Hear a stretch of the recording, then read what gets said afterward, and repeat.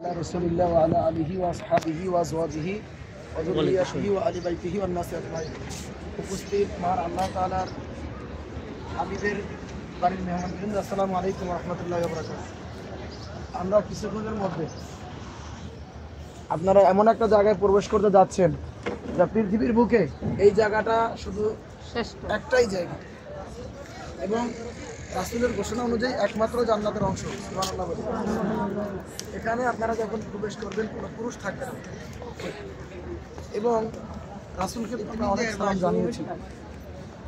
এই সফরে আমরা একবারই শুধু এখানে প্রবেশ করতে পারবো এবং সেই প্রবেশটা আজকে আপনাদের কিছুক্ষণের মধ্যে যখন সময় আসতেছে আপনারা যখন যাবেন আপনারা 20 থেকে 30 মিনিট সময় পাবেন। এদিক সেদিক তাকাই থেকে অযথা থেকে সময়টাকে ব্যয় করবেন না। মনে রাখবেন এই সময়টা আপনার জীবনের শ্রেষ্ঠ সময়ের একটি এবং হতে পারে এটাই শ্রেষ্ঠ সময় সেই জায়গায়, এবং এটা হতে পারে যে জীবনের সর্বশেষ সময়। এজন্য আপনারা এমনটা করবেন যে এখানে যে দোয়াগুলো আপনার দরকার, আপনার সম্পদ লাগুক, সন্তান লাগুক, আপনার সম্মান লাগুক, আপনার যা লাগুক বলবেন। সবচেয়ে বেশি প্রায়োরিটি দেবেন যে আল্লাহ, আমরা হাওয়া আলাইহিস সালামের সন্তান, নিঃসন্দেহে আদম আলাইহিস সালামের সন্তান।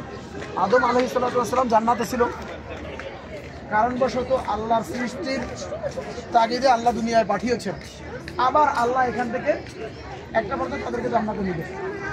আমরা সেই দিক থেকে ওয়ারিস, আল্লাহ আমরা জান্নাতে যেতে চাই। এভাবেও যদি না বলতে পারেন, আল্লাহ যেই শরীরটাকে তুমি জান্নাতের অংশে ঢুকাইছো এই শরীরকে আর জাহান্নামের জন্য নিও না। এভাবে করে আপনি আপনার মতো করে এমনভাবে দোয়া করবেন আল্লাহ রাসূল সুপারিশের জন্য।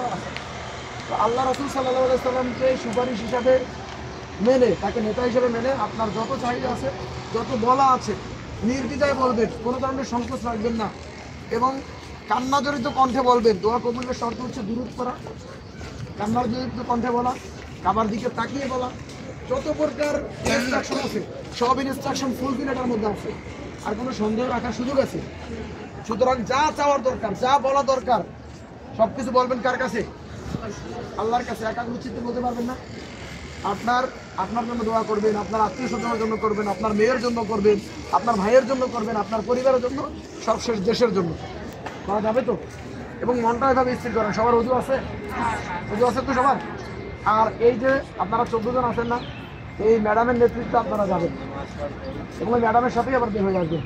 কাউকে যদি ওইখান থেকে বের করে দেয় মহিলা পুলিশরা একটা সময় পর, বের করে দিলে যেই দরজা আছে দরজায় গিয়ে দাঁড়াই থাকবেন, হাঁটা শুরু করবেন না হোটেলের দিকে। দরজায় গিয়ে দাঁড়াই থাকবেন। এই 14 জন যখন হবে তখন হোটেলে যাবেন।